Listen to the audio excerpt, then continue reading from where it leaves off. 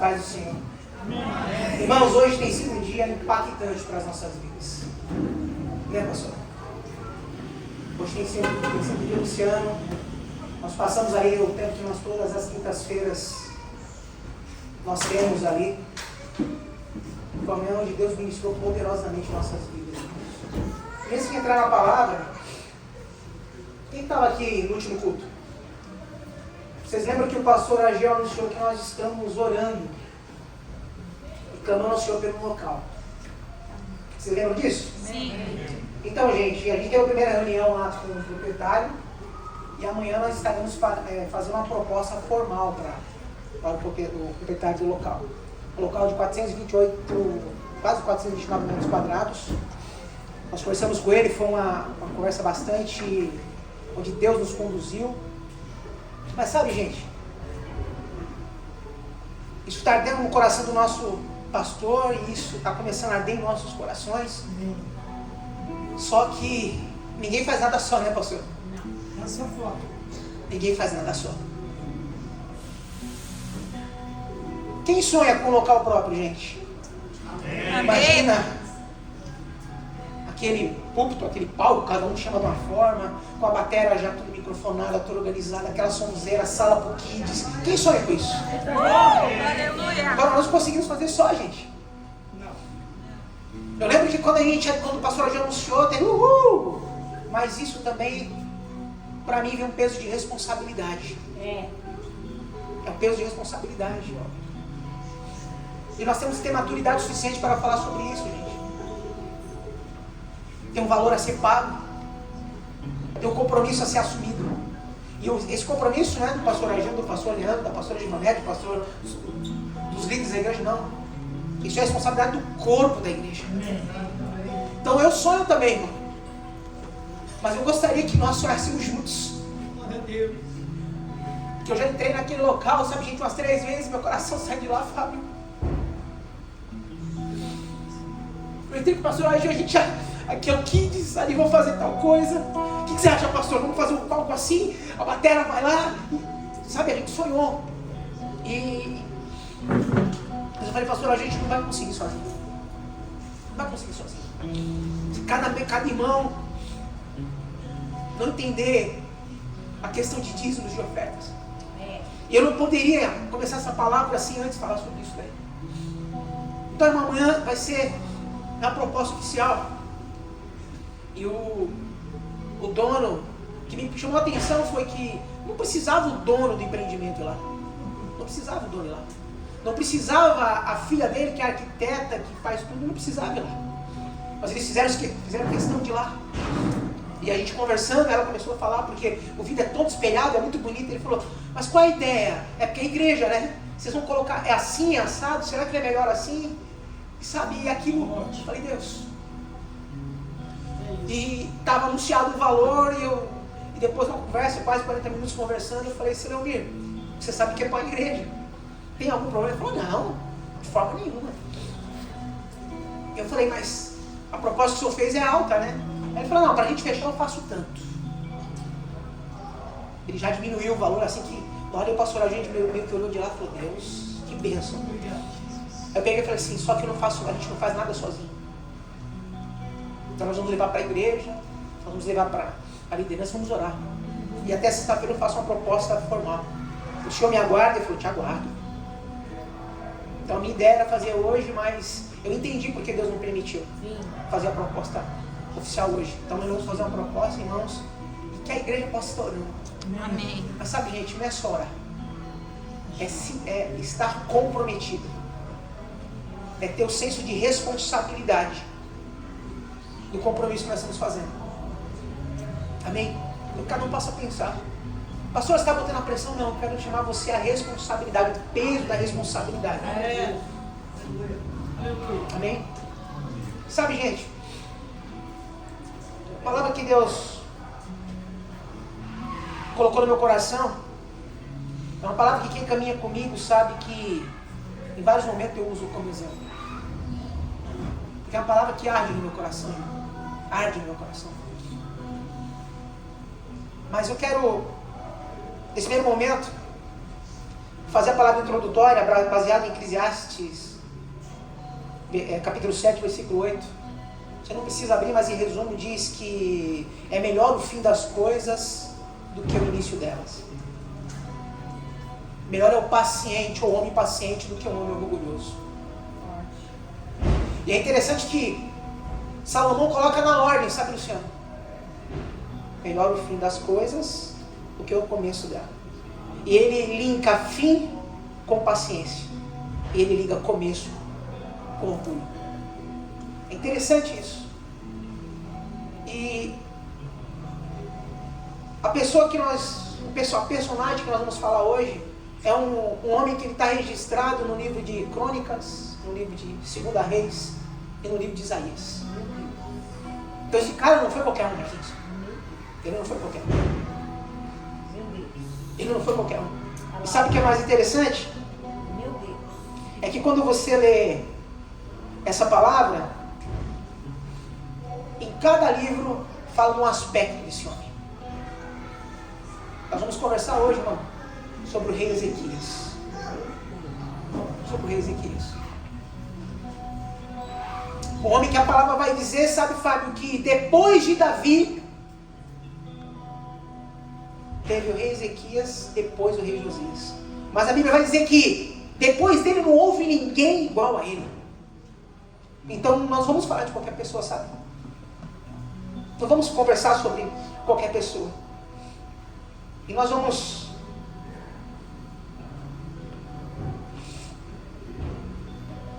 orar um pouquinho, irmãos. Deus, como o nosso pastor Ageu acabou de falar, cada um de nós, por nós mesmos, não temos nada para te oferecer, a não ser um coração rendido a Ti. Um coração que sabe que sem Ti nada podemos fazer. Então, Deus, que o Senhor use esse vaso chamado Leandro para comunicar aquilo que o Teu Espírito Santo, aquilo que o Senhor quer comunicar. No nome de Jesus, Pai. E que seu povo, a Tua igreja, o Teu corpo esteja receptivo, Pai, para aquilo que o Teu Espírito quer comunicar. No nome de Jesus. No nome de Jesus.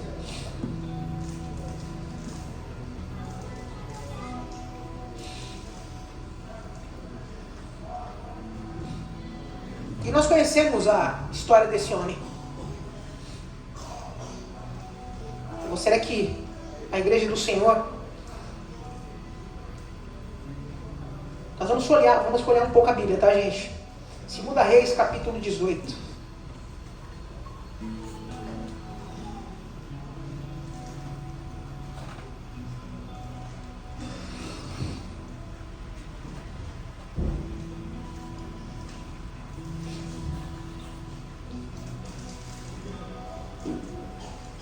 E nós vamos ler alguns versículos para vocês entenderem. No livro de Reis, vai falar do monarca chamado Ezequias. Do rei. Daquele que governava. Daquele que assumiu. Vai dizer assim, na versão que eu estou usando. No 3º ano do reinado de Oséias, filho de Elá, Ezequias, filho de Acás, se tornou rei de Judá. Quando isso aconteceu, Ezequias tinha 25 anos de idade. Ele governou 29 anos em Jerusalém. A sua mãe se chamava Abiá e era filha de Zacarias. Seguindo o exemplo do seu antepassado, o rei Davi, Ezequias fez aquilo que agrada a Deus, o Senhor. Só que interessante, né? No início, vai dizer que Ezequias era filho de Acás. E no versículo 3, diz que seguiu o exemplo do seu antepassado, rei Davi. Tem algumas versões que vai dizer, e fez conforme o seu pai Davi. Isso me denota que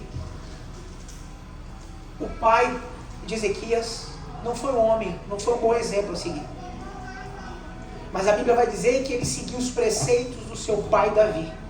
E por ele ter seguido os preceitos, a linha de raciocínio, o governo, as estratégias, o Senhor foi com ele. Ezequias fez aquilo que agrada a Deus o Senhor. Olha que interessante, gente. Ele destruiu os lugares pagãos de adoração. Ele quebrou as colunas do deus Baal. Derrubou os postes da deusa Azera. Também fez em pedaços a cobra de bronze que Moisés havia feito, que era chamada de Neustã. Até aquela época o povo Israel queimava incenso em honra dela. Ezequias confiou no Senhor, o Deus de Israel. Judá nunca teve um rei como ele, nem antes nem depois daquela época. Ezequias ficou ligado com o Senhor e nunca desobedeceu a ele, mas guardou cuidadosamente todos os mandamentos que o Senhor tinha dado a Moisés. Por isso o Senhor estava com ele e ele teve sucesso em tudo que ele fez. Ele teve sucesso. Então, ele foi um monarca de honra, de respeito. Ele fez reformas políticas e reformas morais. Ele implantou, ou melhor, ele colocou a casa em ordem. Mas veja bem, eu estou falando do monarca, tá? Quero que você guarde isso. Eu estou falando do monarca, eu estou falando do rei. Mas já em 2 Crônicas, capítulo 29... 2 Crônicas...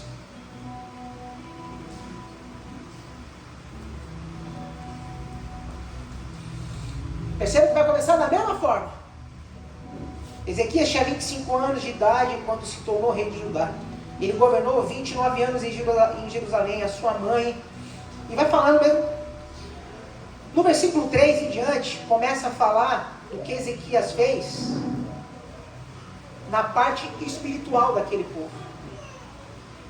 De forma detalhada, a partir do capítulo 29, a partir do versículo 3, vai falar que ele purificou o templo, vai falar que ele restabeleceu os cultos, vai falar que ele restituiu a Páscoa, vai falar que ele restituiu os turnos de adoração na casa do Senhor. E muitos teólogos dizem que a época de Ezequias teve um grande avivamento naquele local. E nós podemos dar glória por isso, amém? Mas até então eu estou falando do monarca, pastor. Eu estou falando daquele homem que foi escolhido para ser o rei. E ele cumpriu isso com honra. O Senhor foi com ele. Ele foi bem sucedido. Se eu fosse conjecturar, ele foi um profissional de excelência. Ele foi um empresário de excelência. Um homem que seguiu os preceitos. A Bíblia vai dizer que ele seguiu à risca a lei de Moisés. Mas no início eu disse que o melhor é o fim das coisas do que o começo delas. Só que, irmão, ele era rei. E nessa época, o povo de Deus ele estava dividido. O povo de Deus estava o quê? Dividido. Existia o reino do norte. E existia o reino do sul. Traduzindo, já tinha uma guerra civil no povo de Deus, cara. E cada um adorava a Deus à sua maneira. Mas espera aí, pastor, você está dizendo que ele restituiu os cultos? Mas pois é. A gente pode vir, irmão. Se tiver culto todos os dias, nós podemos vir. Levantar nossas mãos, nos emocionar, dizimar, estar em comunhão. Mas quem sonda e conhece o nosso coração é o Senhor, João. É só Ele, Alexandre. É só Ele que pode responder, porque cada um de nós está aqui.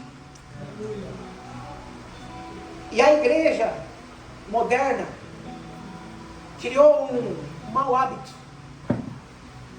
Esse povo, quando ele entrava na presença de Deus, era para entregar tudo mesmo. Eles eram extravagantes na adoração. A Bíblia vai dizer que o avivamento foi tão grande, Fábio, foi tão grande, que o celeiro do tesouro da casa do Senhor não coube de tanto que o povo entregou. Aí sabe o que Ezequias teve que fazer, Jefinho? Teve que às pressas construir outras salas. Por quê? Porque o povo entregava tudo. E eu não sei se você conhece o Croque, irmão, mas eu gosto muito de estudar a cultura. A cultura judaica. E se você pegar aqueles caras das antigas, o que eles dão de presente para o neto, para o filho, é ouro. É ouro. Porque ele entende que aonde ele está, ele tem que ser uma bênção. É por isso que a gente não consegue entender, porque o povo de Deus sempre foi muito rico. E até hoje, eu tive a oportunidade de conhecer judeus realmente raiz. E quando eles começam a falar, isso me encantou, me chamou a atenção. Mas sabe, irmão, um homem de Deus, um cara que eu lia, estudava e me impressionava. Porque a gente sabe da história. Ele foi aquele homem que orou. Isaías, o profeta, deu um decreto. E vocês lembram qual foi o decreto? Conserta a tua casa, Jefinho, que certamente morrerás, não viverás. Conserta a tua casa, Jonathan, que certamente que não viverás, morrerás. Mas eu entrei. Falei, Deus, eu entrei em Cristo, mas certamente, conserta a tua casa, que certamente morrerás, não viverás. Irmão, todos nós vamos morrer um dia. Agora, naquela época, Isaías já estava falando sobre a vida eterna. Sobre a vida eterna. Louco, hoje pedirão a sua alma.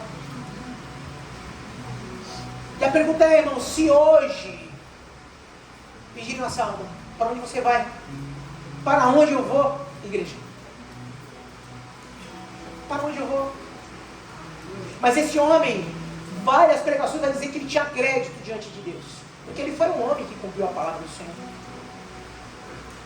Ele foi um homem, ele restituiu o culto, então ele tinha crédito. Ele reinou 29 anos. Então tudo isso aconteceu quando ele tinha 14 anos. Agora, quem conhece a história não para aí. A história não para aí. Isaías,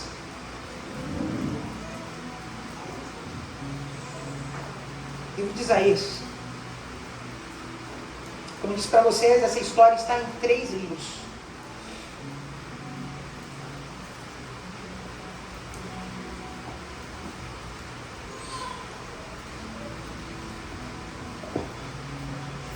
Volto a dizer, irmãos, estou falando do homem de honra. Estou falando do homem que começou certo, que cumpriu a palavra, que amava o Senhor. Que amava o Senhor. Mas sabe, gente, vocês vão entender. Isaías 31. No título que está aqui, diz: o Egito não pode te ajudar. Diga para o seu irmão, o Egito não pode te ajudar. Jefinho, o Egito não vai poder te ajudar. O Egito não pode te ajudar. Dinho, o Egito não vai poder te ajudar. Pastor Givanete, o Egito não vai poder te ajudar. Isaías diz: ai dos que vão para o Egito procurando ajuda. Eles confiam num povo que tem muitos cavalos e carros de guerra, num país que tem cavaleiros valentes, mas não confiam no santo Deus de Israel. Não pedem ajuda ao Senhor. Porém o Senhor é sábio e sabe fazer com que a desgraça venha. Ele sempre cumpre o que promete. Por isso ele ficará contra os que praticam o mal, contra todos os que ajudam as pessoas perversas. Os egípcios não são deuses. Eles são apenas seres humanos, e os seus cavalos são apenas animais mortais. Não são espíritos imortais. E quando o Senhor levantar a mão para castigá-los, todos cairão mortos de uma só vez. Tanto o Egito, a nação forte, como Judá, a nação fraca. Mas Ezequias era rei de Judá. E houve um decreto, houve uma voz profética dizendo: não faça, não procure ajuda no Egito. E eu quero fazer uma reflexão aqui, irmãos. Como foi dito aqui. O que te impede, irmão, de verdadeiramente rasgar não só a sua veste, mas o seu coração e dizer verdadeiramente diante do Senhor quem você é? Quais são as suas necessidades? Porque na verdade nós procuramos o Senhor quando praticamente só temos cargo, pastor. Quando deu tudo ruim, aí nós nos entregamos por inteiro. Sabe, João? O Senhor está batendo, o Senhor está falando, o Senhor está dando sinais, o Senhor está usando pessoas, o Senhor está usando esse ambiente, mas nós insistimos em procurar ajuda no Egito. No Egito.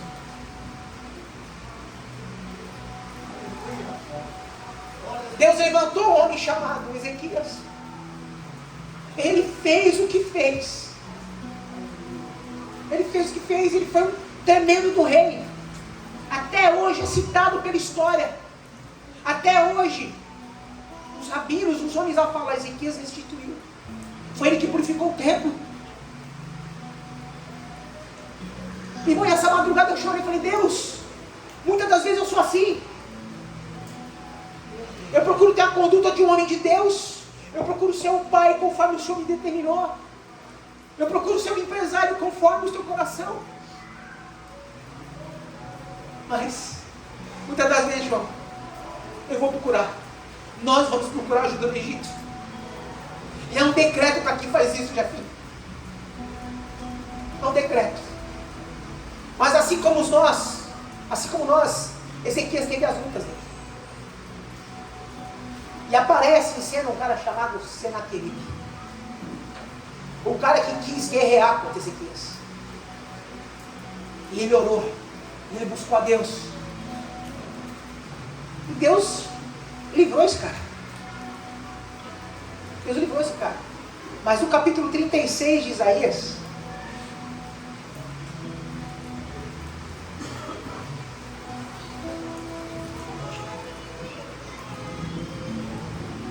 o título do aplicativo diz: os assírios ameaçam Jerusalém. No ano 14 do reinado de Ezequias. Eu quero ler com você.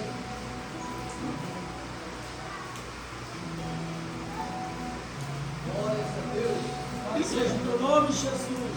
Hoje.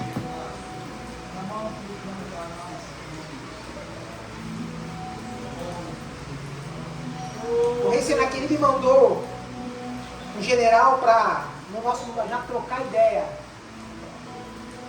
Vou mandar o recado para o rei Ezequias. Olha só, irmãos. Olha só. Quem assistiu aqueles filmes lá medievais? Manja aqueles filmes lá? Os caras vão entrar para guerrear, aí manda lá um porta-voz para o cara se render, o cara não se render. Agora veja bem. Olha porque a mensagem foi dada para o rei Ezequias. Versículo 4. O oficial assírio lhes disse: levem para Ezequias essa mensagem do grande rei, o rei da Síria. Em que você está baseando a sua confiança? Em que você está baseando a sua confiança? Será que você pensa que as palavras podem tomar o lugar da experiência militar e da força? Quem você pensa que vai ajudá-lo na sua revolta contra o rei da Síria? Versículo 6, irmãos. Você está confiando na ajuda do Egito? Mas isso é o mesmo que usar um caniço como bengala. Isto é, ele vai quebrar e furar a sua mão. Assim é Faraó, rei do Egito, para aqueles que confiam nele. Ou por acaso você vai me dizer que confia no Senhor, seu Deus? E não foram os santuários e os altares do Senhor que Ezequias destruiu quando mandou que o povo de Judá e de Jerusalém adorassem num só altar?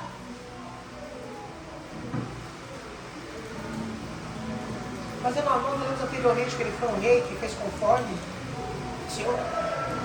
A gente não leu que ele seguiu o caminho conforme o rei Davi? Lamento dizer, irmão, lamento dizer, nós estávamos enganados. Porque nós, como foi falado aqui, nós íamos adorar a Deus da nossa maneira. Nós íamos à igreja para fazer as coisas da nossa maneira, como eu acho que tem que ser. Aí depois, sabe o que acontece? Nós perguntamos por que está ruim. Mas eu estou na igreja, mas eu estou orando, mas eu isso, mas eu aquilo outro, mas onde está teu coração, irmão? É claro que esse cara aqui, esse oficial, sabia que Ezequias tinha se relacionado ou tinha feito aliança com o povo do Egito. Senão não teria falado, senão não teria, sabe, Jeff, jogado na cara.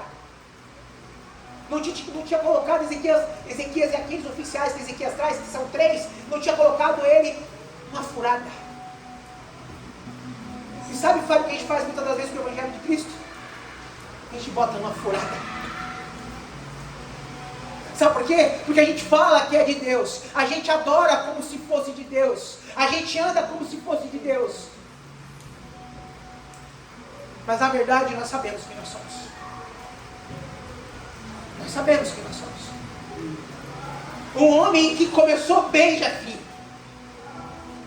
Um homem que muitas das vezes eu orava, falei, Deus, eu fazia como ele virou para a parede, sabe? Ele virou para a parede e falou, Deus, tem misericórdia de mim, tem misericórdia de mim, tem misericórdia de mim. E Isaías tinha dado um decreto, voltou no meio do corredor e falou, olha, eu ouvi tua oração, você tem crédito. Eu vou te dar mais 15 anos. Eu vou te dar mais 15 anos. Eu vou te dar mais 15 anos. Eu vou te dar mais uma chance. Eu vou te dar mais uma chance. Para ele foi 15 anos. Eu não posso te dar essa resposta para você quantos anos será. Mas hoje é um dia de uma nova chance. Hoje é um dia de nós não fazermos o que Ezequias. Mas sabe por que ele fez aliança, Marcos? Porque ele teve medo, cara. Sabe por que ele fez aliança com o Egito? Porque ele não queria colocar a reputação dele em jogo, porque até então ele era o rei, ele era o cara. Ele não queria, pastor, ele não queria colocar a reputação, a moral dele, sabe? Não queria. Ele não queria. Mas sabe que eu fico indignado, João? É que Isaías falou, fica tranquilo, Deus é contigo, Deus vai te livrar de Senaqueribe. Mas pastora, quem quer esperar? Quem quer esperar, Fábio? Nós temos que fazer a nossa correria, Jefinho. Nós temos que dar o nosso jeito. Porque o que vale, na verdade, é a minha reputação. O que vale, na verdade, é eu dizer para você que eu sou o cara. E nós temos que ter, irmão, essa humildade. Nós temos um ambiente de verdade. Nós temos que assumir, Alexandre, que nós somos assim. Nós temos que assumir que nós somos assim. O Senhor falou, mas nós não queremos esperar. Porque o que vale é o nosso reinado. O que vale é a nossa monarquia. Mas sabe o que esse cara ofereceu? Irmão, é a primeira coisa que nós oferecemos, sabe, Jefinho? Você compra o que você não pode? Você firma compromisso que você nunca deveria ter firmado? Mas aí sabe qual é a primeira coisa que nós fazemos? O que Ezequias fez. Quando ele se sentiu afligido, sabe o que ele fez? Ele chegou e falou assim, ó, vai lá, troca ideia com o rei lá. Ele não me atacar, sabe o que eu vou fazer? Eu vou pegar todo o tesouro da casa do meu Deus e vou entregar para o rei. É a primeira coisa que a gente faz. Deu ruim, alguma situação financeira que você para de fazer primeiro. Você para de dizimar. Você para de ofertar. A verdade é essa. Começou a dar alguma treta no lado financeiro.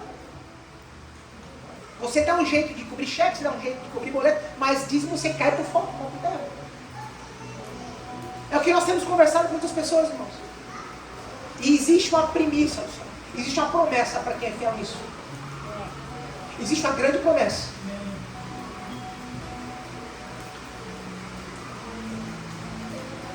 Eu vou abrir um parênteses aqui, irmão.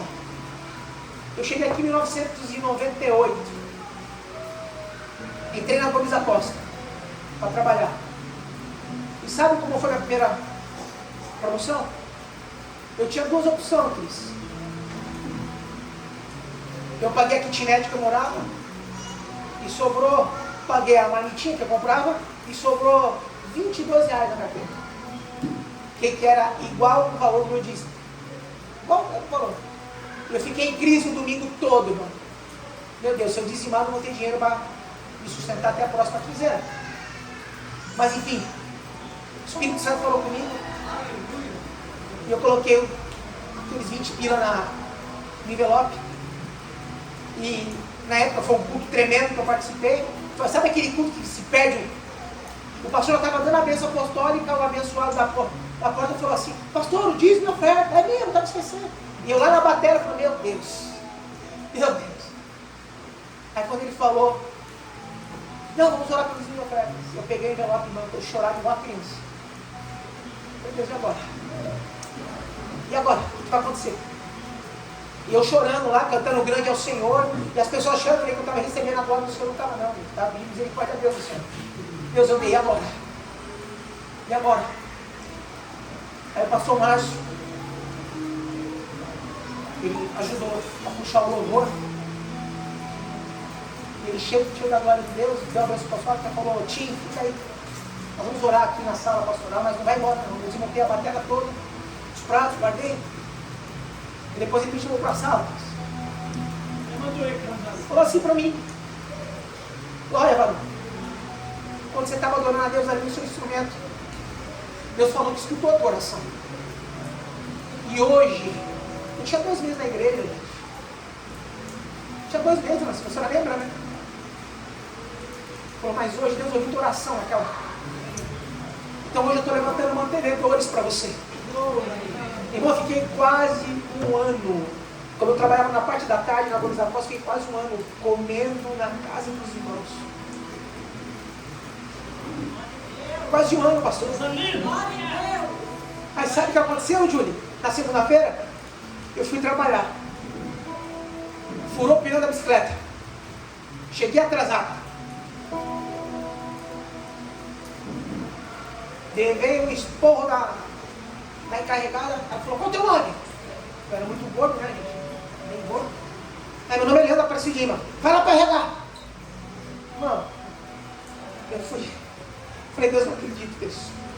O Senhor me levantou pessoas para me sustentar e agora você mandava embora. Aí chega na RH. Eu falei: não, moça, a única coisa que você tem lá atrás é uma seleção que está tendo lá e tal. Eu cheguei, a sala minúscula. Aí a moça: quem é você? Eu falei: eu sou o Leandro. Você está atrasado, né? Eu falei: você é a segunda pessoa que fala. Mas vem cá. Coloca o teu nome aqui, me dá uma prancheta. E tinha algumas perguntinhas básicas para responder. Enquanto ela foi buscar uma calculadora, sei lá, eu respondi as perguntas. Ela olhou, o pessoal se matando lá. Já terminou? Eu falei: já. Me botou para fora. Falei: você tem 2º grau? Eu falei: tenho. 2º grau. Você tem computação? Eu falei: sim. Word, Excel. Tudo isso eu mexer. Ela falou: não, porque na verdade isso aqui é um testezinho para a gente estar levantando pessoas para cobrir as férias dos apontadores. Os apontadores são os auxiliares encarregados. Aí ela olhou: você topa? Eu falei: para ontem. Na segunda-feira eu fui promovido na Luísa Costa. Glória a Deus, aleluia. Eu comecei como auxiliar de produção e já estava exercendo a função de chefe de produção na Luísa Costa. E quase 9 anos de empresa. Quase 9 anos de empresa. Então eu sei, quando eu falo para você que existe uma graça de Deus para quem é fiel, os seus dízimos na sua oferta, eu estou falando que eu sei, Luciano, eu estou falando que me contaram não, velho. Eu estou falando que eu sei. Eu sei. Minha casa sabe, meu sócio sabe do poder. Isso tem. Mas sabe, irmão, é o que nós fazemos, pastor. Deu ruim, Fábio. Acabou. Aí na hora que melhora, aí você volta. E foi o que esse homem fez, gente. Foi o que esse homem fez. E ele começou a deixar as coisas do Egito, pastor, entrar dentro da vida dele. Então para ele chegou uma época que não tinha mais distinção. Tem um negócio para resolver. Então muitas das vezes ele fazia conforme o que queria. Muitas das vezes ele corria para lá e fazia como o Egito fazia. Porque se tornou uma verdade na vida dele. Se tornou uma verdade na vida dele. Mas sabe o que é interessante, gente?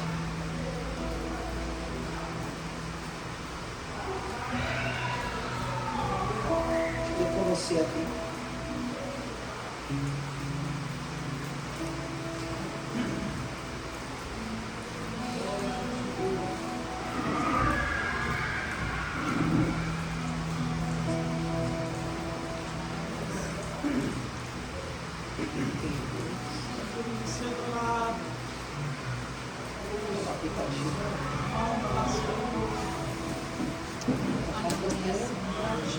Aleluia. Glórias a ti, Senhor. Glória a Deus. Glória a Deus. Vai lá para vocês. Aleluia.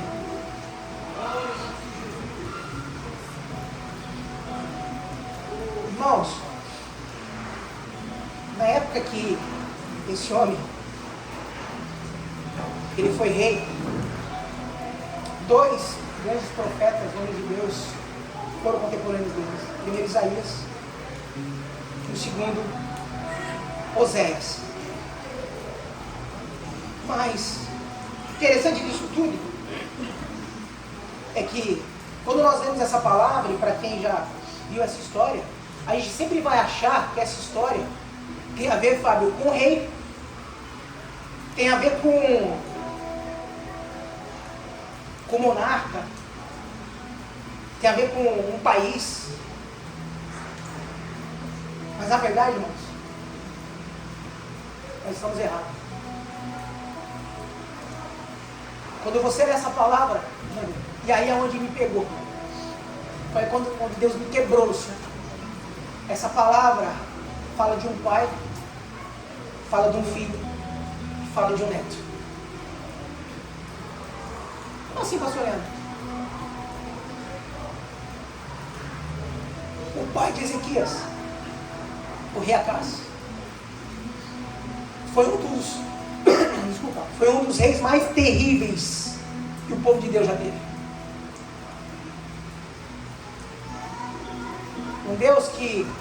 Um rei que adorava vários deuses, entre eles o deus Moloque. Basicamente, eu não vou entrar muito nessa área, que nós vamos falar sobre isso na nossa conferência.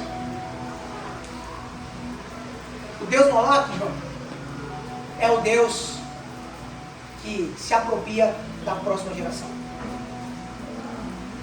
Se apropria da próxima geração. Era o pai terreno do rei Ezequias. João, um cara devasso, um cara que não adorou o Senhor. Isso está registrado. Aplicativo, esqueci. Só um pouquinho, gente. Isso está registrado em 2 Crônicas 28. 2 Crônicas 28, vai dizer assim, ó.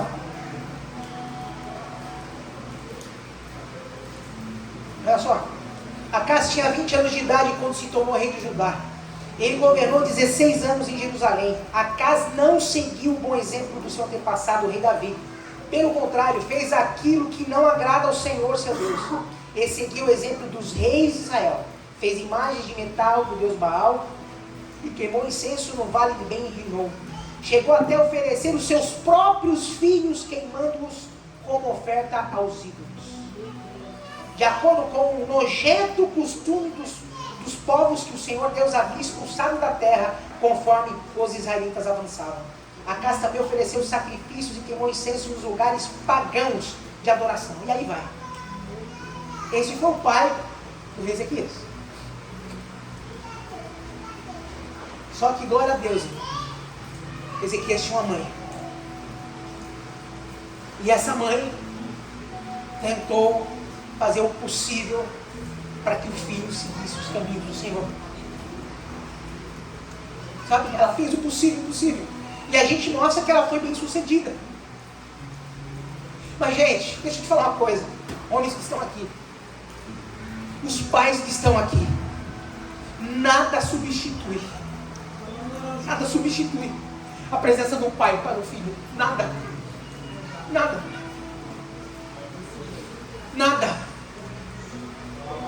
É o pai que dá destino. Quando Davi foi passar o reinado para Salomão, não foi a mãe que estava lá, foi Davi que falou, pastora.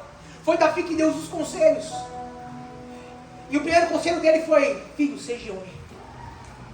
Seja homem, filho. Não é ser macho, sabe? É mostrar que é. Não. Seja homem. Seja homem. E ele tinha essa dificuldade. Ezequias que ensinou Ezequias o caminho do Senhor foi a mãe. E eu louvo a Deus por Abiá, o nome dessa mãe. Quantas Abiás nós temos aqui, sabe? Quantas Abiás nós temos aqui? Que ensinou, que pagou o preço. Mas o menino cresceu, pastora. Ezequias cresceu, ele se tornou um homem. E ele tinha uma opção. Sabe, Jefferson, hoje nós temos uma opção, nós temos uma decisão para tomar hoje. Ou nós entregamos tudo, ou nós entregamos tudo. Não tem outra. Ou é tudo, ou é tudo. Não dá para ficar mais coxando em dois pensamentos, não. Não dá para ficar flertando com o Egito e ora com o Senhor. Não dá mais, pastora. Não tem mais tempo para isso. Não tem tempo mais para isso, Jané. Não dá. Ezequias era esse homem. Eu falei: Deus, o Senhor quer me falar? O Senhor falou: você é essa geração. Você é essa geração, nós somos essa geração, Marcos. Que temos que nos posicionar em Deus. Definitivamente. Homens e mulheres comprometidos com o Senhor. Numa totalidade, não às quintas-feiras, não. Não no culto de ceia que vai ter, não. Todos os dias. Todos os dias. Em cada assinatura que eu vou fazer na empresa. Em cada banho que eu vou dar nos meus filhos. Em cada momento com minha esposa. É hoje que nós temos que decidir, Jânio. Chega. Só que Ezequias não decidiu, pastora. Ele queria Deus para ser bem sucedido. Ele queria Deus para ser bem sucedido. Para ser o rei que agradasse o povo. Para ser o rei que tivesse estratégias de... Lembra que ele fez o duto que trazia água para dentro da cidade de Judá. Era um homem inteligentíssimo. Ele queria Deus para isso. E quantos de nós queremos Deus para isso tão somente? Deus abençoa os meus negócios. Deus abençoa meu casamento. Deus abençoa meus filhos. Deus. Quantos de nós, Deus? Quantos de nós estamos aqui para que Deus nos abençoe, irmão? Só que a proposta do céu não é essa. A proposta do céu: confia, entrega teu caminho ao Senhor. Confia nele. E o mais ele fará. A proposta é entrega. A proposta, João, é a cruz. É a cruz. Sinto lhe dizer, irmão. Sinto lhe dizer. Quando nós falamos de evangelho, nós falamos de morte. Mas nós falamos também de ressurreição. Quando nós falamos de evangelho, nós estamos falando em renúncia. Mas o problema é que falaram uma parte do evangelho só para nós. Vinde a mim, todos que estáis cansados e sobrecarregados, e eu vos aliviarei. E nós cantamos sobre isso, porque nós queremos receber apenas um alívio. Nós queremos receber alívio, Jefinho. Essa é a primeira parte do evangelho. Mas sabe qual é a segunda parte? Aquele que quer vir após mim, negue-se a si mesmo. Tome a sua cruz e siga-me. Essa é a geração que Deus está esperando se levantar. Essa é a igreja que Deus está esperando se levantar, para que o avivamento venha, irmão. É essa igreja, pastor, que leva a Deus a sério realmente. É essa igreja. Essa igreja que não quer rasgar aqui, ó, só veste. Não. Quer rasgar o coração. Aleluia. Mas aí, irmãos, sabe o que acontece? Deus abençoou Ezequias. Acabei de dizer. Não houve outro rei como Ezequias. Não existiu. Ele foi o cara. E quanto de nós nos sentimos um cara? Quanto de nós?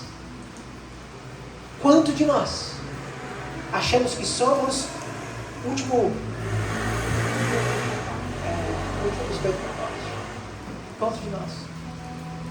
Porque nós temos um talento? Porque nós somos bons em alguma coisa? Porque nós somos bons em alguma coisa? Nós achamos que isso é bom. E nos escondemos disso, sabe aqui? E colocamos a roupa de crente, e louvamos a Deus, e nos emocionamos.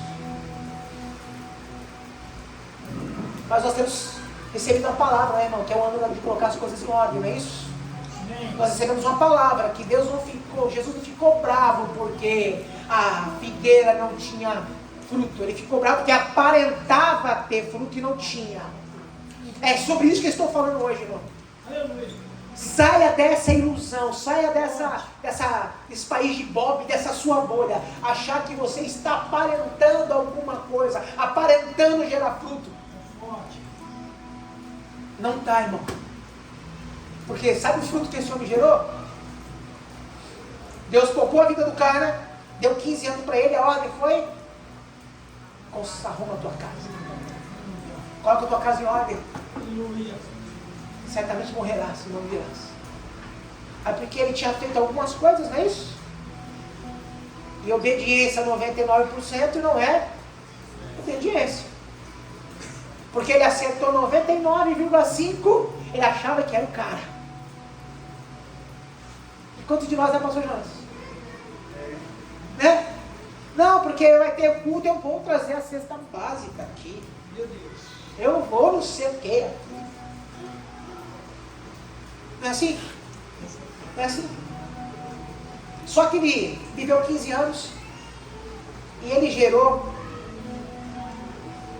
um filho chamado Manassés. 2 Crônicas 33.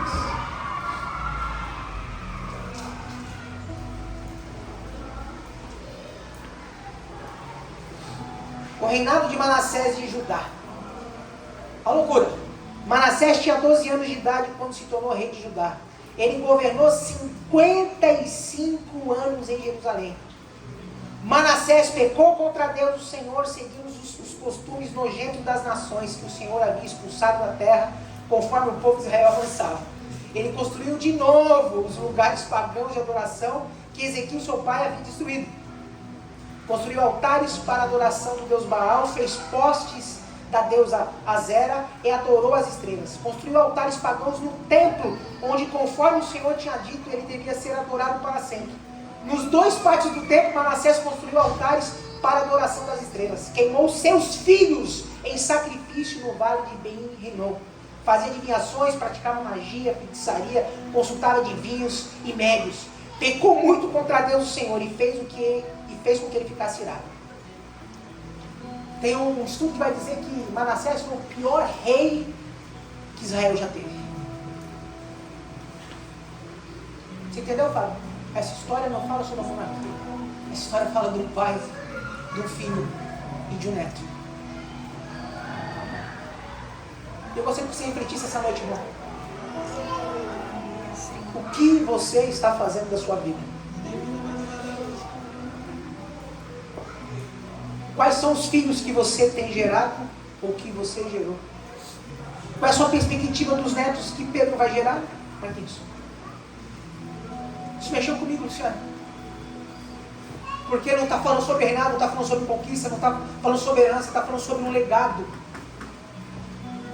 E você percebe que Acas, filhos de pai de Ezequiel, não era um cara que adorava a Deus.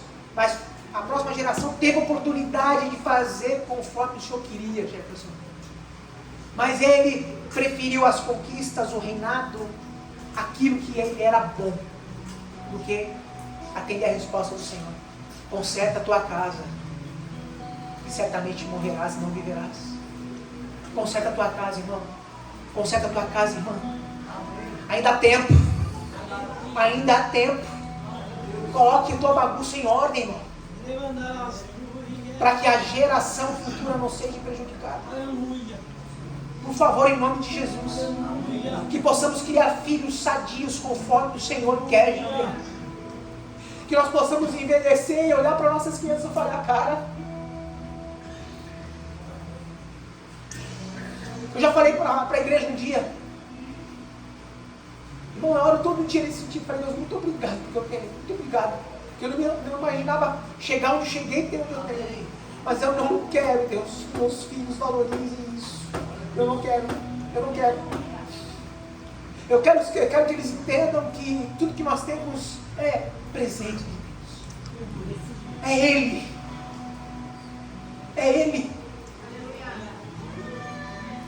Porque eu creio, irmãos, que a partir do Leandro curar, do Leandro colocar a sua casa em ordem, Emanuel, Enzo e Emily terão a oportunidade de realmente conhecer o Senhor.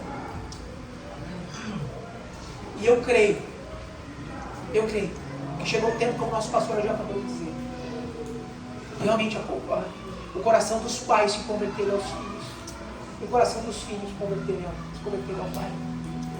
Agora, homem, mulher de Deus, não fuja da sua responsabilidade. Não fuja da sua responsabilidade. Não fuja. Não faça a sua bagunça e vem, levanta aqui, pastora, por favor. Que a gente, todo respeito, né, irmão? A gente faz, vamos usar para bem feio, a gente faz uma zona de tudo, depois vem, pastora, resolve para mim. Nós não estamos aqui para resolver, mas nós estamos aqui para apontar o caminho. Nós estamos aqui para falar para você, Deus pode. Agora é responsabilidade tua. Responsabilidade tua. Responsabilidade tua, minha filha. Minha. E a gente tem fugido da nossa responsabilidade, mano. Nós temos fugido da nossa responsabilidade. Meu Deus. Meu Deus. Para encerrar, irmãos.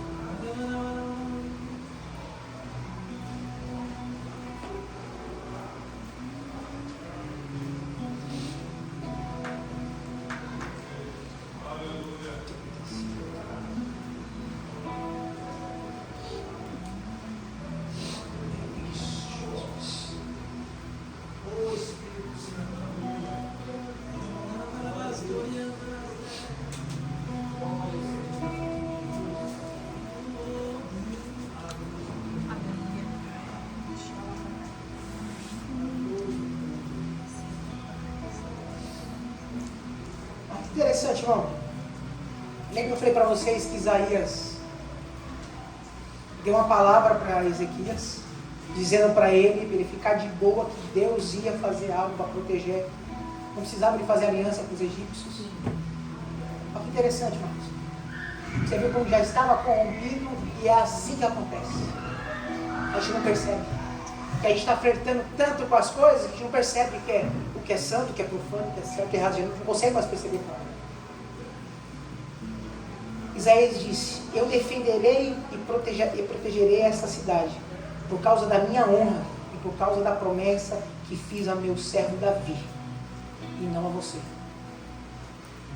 Eu vou repetir. Eu defenderei e protegerei essa cidade por causa da minha honra, por causa da minha promessa, que fiz a meu servo Davi, e não a você. Olha essa palavra, Marcos.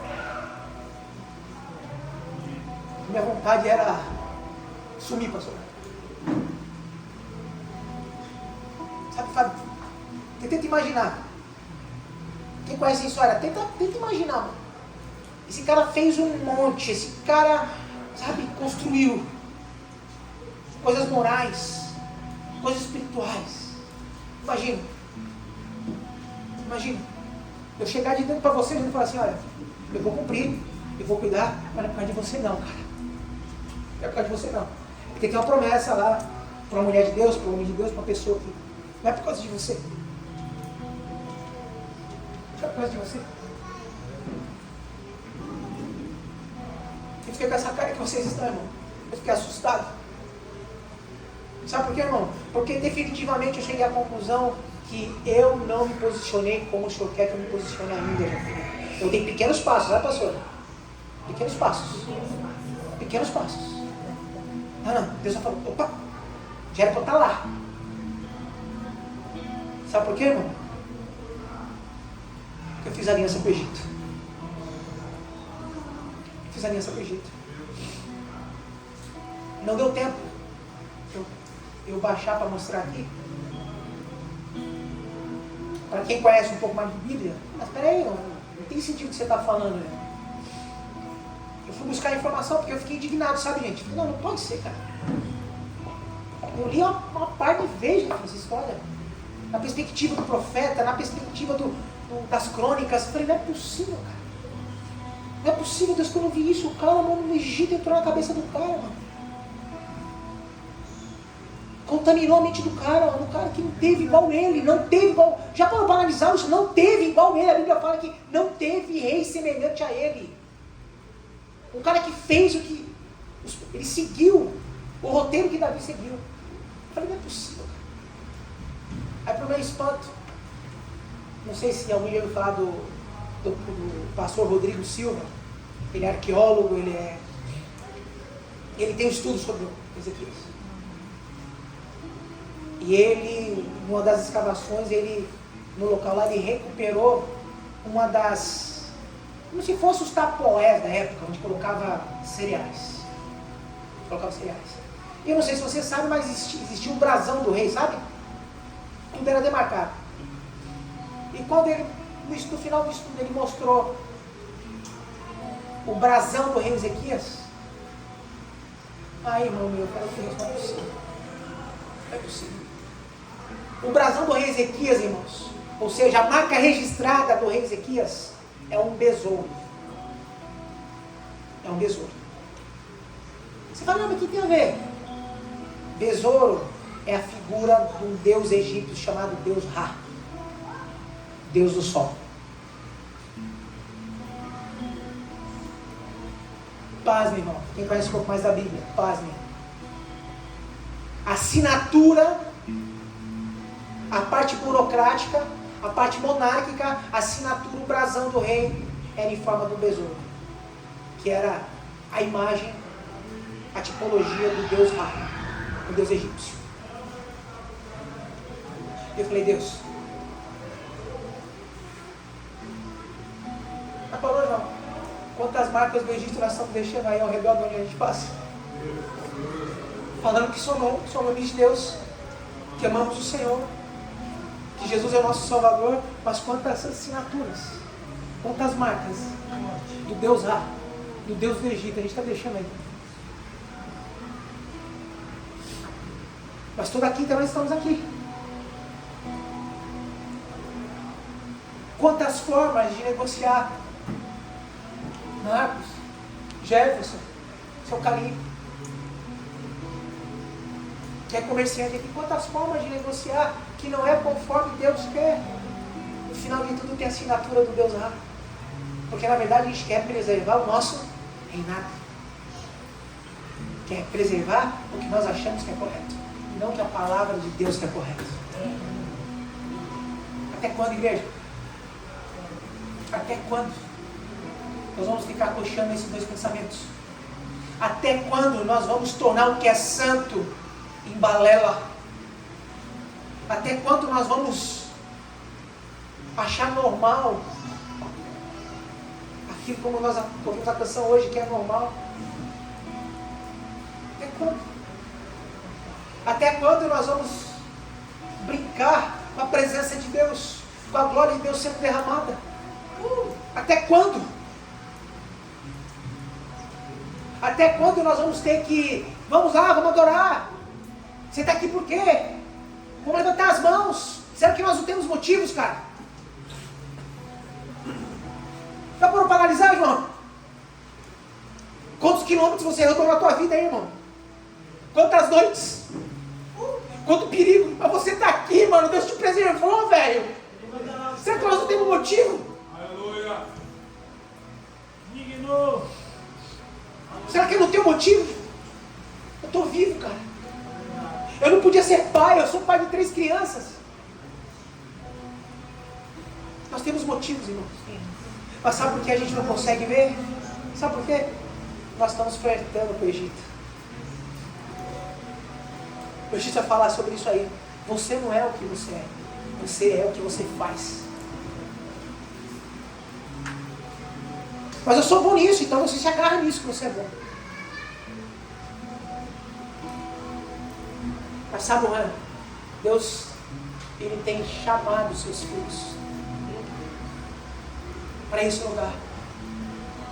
Mas, Jonathan, a gente esquece, porque a gente tem encarado esse momento, irmão, essas quintas-feiras, como algo normal. Como algo normal, e não é. É o momento que nós vemos, aqui é o nosso jardim, irmão. Aqui é o nosso jardim. É onde quem está conectado com o Senhor fala face a face. O Senhor fala face a face. Que nós possamos refletir, irmão, nessa palavra. Amém. Nós possamos refletir. E é isso. Era essa expectativa que eu tenho de causar essa... ver esse rosto de vocês. Sim. Não brinque mais com o Senhor. Não brinque mais com o Senhor. Mas ainda há tempo. Ainda há tempo. Como eu disse a vocês, a pergunta do Senhor hoje é isso. Conserta a tua casa. Arruma a tua casa. Amém. Que certamente morrerás. Não viverás. Mas se profundamente você se arrepender, o Senhor vai renovar os seus dias, te oportunizando em tomar as decisões corretas. Vamos baixar nossas cabeças?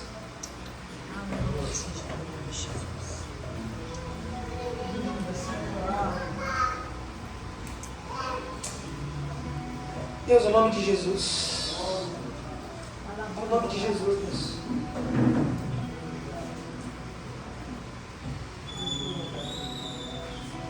Sei que não é uma palavra agradável aos nossos ouvidos, Senhor. Eu sei que não é. Mas nós temos aprendido como igreja.